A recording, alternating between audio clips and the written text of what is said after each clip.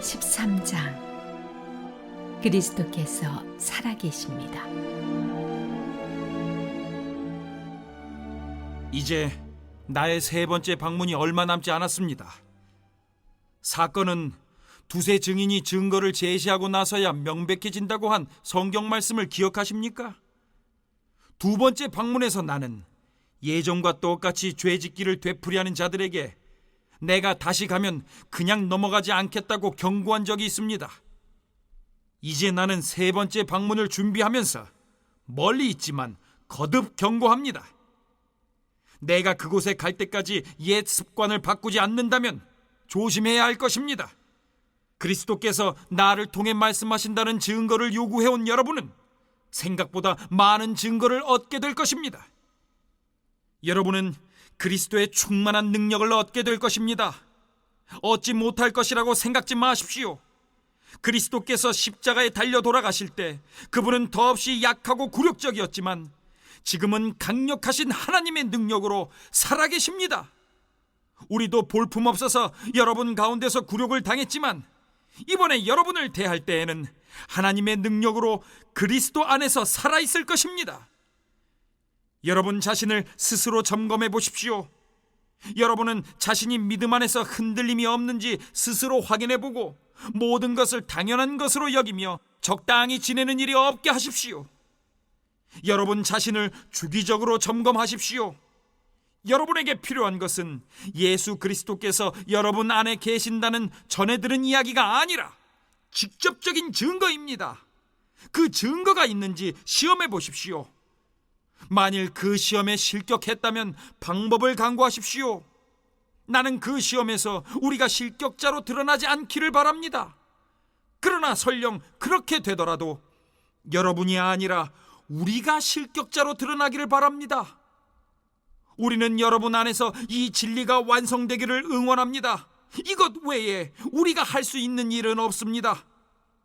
우리는 우리가 가진 한계를 그저 참고만 있는 것이 아닙니다.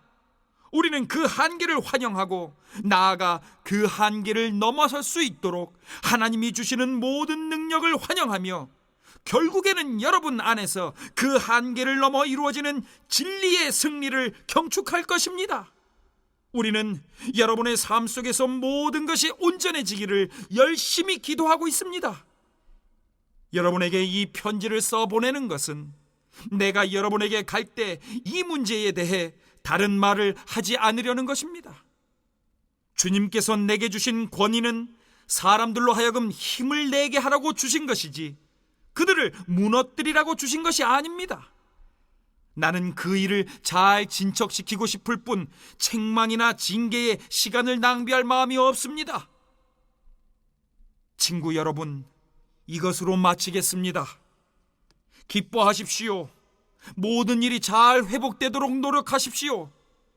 여러분의 영이 생명으로 넘쳐나게 하십시오. 서로 조화롭게 생각하십시오. 상냥하게 대하십시오. 모든 일을 그렇게 하십시오. 그러면 사랑과 평화의 하나님께서 틀림없이 여러분과 함께 하실 것입니다. 거룩한 포옹으로 서로 인사하십시오. 이곳에 있는 모든 형제자매가 안부를 전합니다. 주 예수 그리스도의 놀라운 은혜와 하나님의 아낌없는 사랑과 성령의 친밀한 사귐이 여러분 모두와 함께 하기를 바랍니다. 세 번째 방문을 말하는 바울 어조는 단호합니다. 바울은 자신이 사도라는 첫 번째 증거로 모든 참음을 꼽는 사람이죠. 구약에서부터 하나님은 오래 참으시고 노하기를 더디하시는 분으로 자주 언급됩니다. 그러나 영원히 참으시는 분은 아니며 결코 노하지 않으시는 분도 아니십니다. 바울은 하나님의 진노를 로마서 1장에서 엄중하게 선포합니다. 예수님도 자애로운 면만이 아니라 때로 분노하시고 심판하시는 모습을 보이셨습니다. 참고 참았지만 이제 기한이 다가옵니다. 바울은 앞에서 고린도 교회의 죄 지은 자들이 회개치 않을 것에 대해서 소극적인 관점에서 그것을 두려워한다고 말했는데 이제 매우 적극적인 관점에서 죄 지은 자들을 심판하겠다고 경고합니다. 두세 증인이라는 말은 바울이 신명기 구약 전통, 마태복음 예수님 가르침을 따르고 있음을 보여주면서 초대교회에서 나름의 공식적인 징계 절차가 확립되어 있었다는 증거이기도 합니다. 여기서 전에 죄 지은 자들은 바울이 두 번째 방문 때 경고했던 자들로 12장 20절 이하에서 언급했던 자들을 가리킵니다. 반면에 그 남은 자들은 아마 그 후에 새롭게 개종한 자들 중에서 거짓 사도들 편에서 바울을 반대한 자들을 가리키는 것 같습니다. 3, 4절입니다. 바울은 이중적인 인물이라는 비난과 비아냥에 시달렸습니다. 편지로 대할 때는 힘이 있지만 실제로 대할 때는 약하고 말도 시원치 않다는 비난이 있었습니다. 지금까지 바울은 성도들의 믿음을 주관하려 하지 않고 자발성을 강조하고 회개할 기회를 주고 오래 기다려주는 사역을 했습니다. 이제 가서 회개하지 않는 범죄에 대하여 단호하게 벌한다면 지금까지의 모습과는 다르다는 이중성을 지적하는 비난에 직면할 가능성이 있다고 생각하는 것 같습니다. 이 문제로 고민하면서 바울은 그리스도께로 달려갑니다. 바울이 고백하는 그리스도는 무엇보다 약한 그리스도시죠. 그의 복음의 핵심은 십자가에 못 박힌 그리스도였습니다. 그러나 그리스도께 약한 모습만 있는 것은 아닙니다. 죽음을 이기신 부활의 능력보다 더 강한 힘이 어디 있겠습니까? 그 생명의 능력은 복음 전파자들의 사역을 통해서 지금도 역사하고 있습니다. 그리스도의 사역자들은 그리스도를 따르는 이들이죠. 그 고난의 길을 마다할 수가 없으며 약함의 자리를 거부할 수 없습니다. 그들이 약할 때 그리스도의 능력이 그 위에 머무십니다. 바울이 육체의 질병이라는 극심한 고난을 거치면서 체득한 진리죠. 그래서 바울은 스스럼 없이 약한 자의 자리에 내려갈 수 있었습니다. 그러나 하나님께서 필요하실 때에 강함의 자리에 세우실 것입니다. 질그릇을 가진 보배라는 말로 요약되는 사역자의 정체성이죠. 천한 것 같으나 귀하고 약한 것 같으나 강합니다. 이는 자신에 대한 효과적인 변증이며 고린도 교인들에 대한 강력한 경고입니다. 5절 6절입니다. 바울은 자신의 사도권을 증거한 후에 고린도 교회 성도들에게 자신들을 돌아보라 충고합니다. 그들은 바울의 사도권을 시험하려고 하지 말고 자신들이 믿음 안에 있는지 점검해야 합니다. 만약 그들이 믿음 안에 있으면 그리스도께서 그들 가운데 계신 것이 분명하고 그렇다면 바울을 사도로 인정하고 그의 권위에 순종할 것입니다. 너희 자신을 시험해 보라 하는 말은 일반적인 의미에서의 자기 성찰보다 훨씬 강한 단어입니다.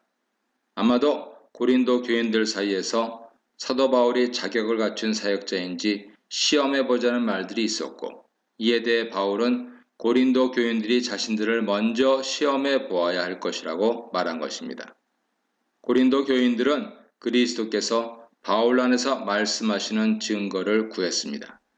바울은 똑같은 말로 너희 자신을 확증하라고 질문 방향을 되돌립니다. 그들은 바울이 그리스도 안에 있는가를 묻기 이전에 자신들이 믿음 안에 있는가 먼저 물어보아야 했습니다. 적대적이고 까다로운 심사관 앞에서 심사를 받듯이 해보라는 말이죠. 버리운 자라는 말은 그 심사에 통과하지 못한 불합격한이라는 의미입니다. 시험을 통과해야 하는 사람들은 그 시험의 기준을 알아야 합니다. 바울이 합격자이고 바울을 공격하는 자들이 불합격자라면 고린도 교인들 자신의 준비도 달라져야 합니다. 문제는 외모로 보면 바울이 불합격한 자처럼 보인다는 것이죠. 이에 바울은 사람을 외모로 판단하지 말고 참 사역자를 알아보는 지혜를 갖기 원한다고 말합니다. 7, 8절입니다. 우리는 때때로 선택해야 합니다. 옳은 것처럼 나타내는 삶을 살 것인지, 진리를 따라 살 것인지, 사람들에게 잘 보여 인정을 받을 것인지 아니면 정말 그 사람들의 유익을 구할 것인지 진리도 따르고 사람들의 인정도 구할 수 있으면 좋겠으나 이 둘이 자주 충돌함을 바울 사역은 보여주고 있습니다. 오늘 우리는 어떻습니까?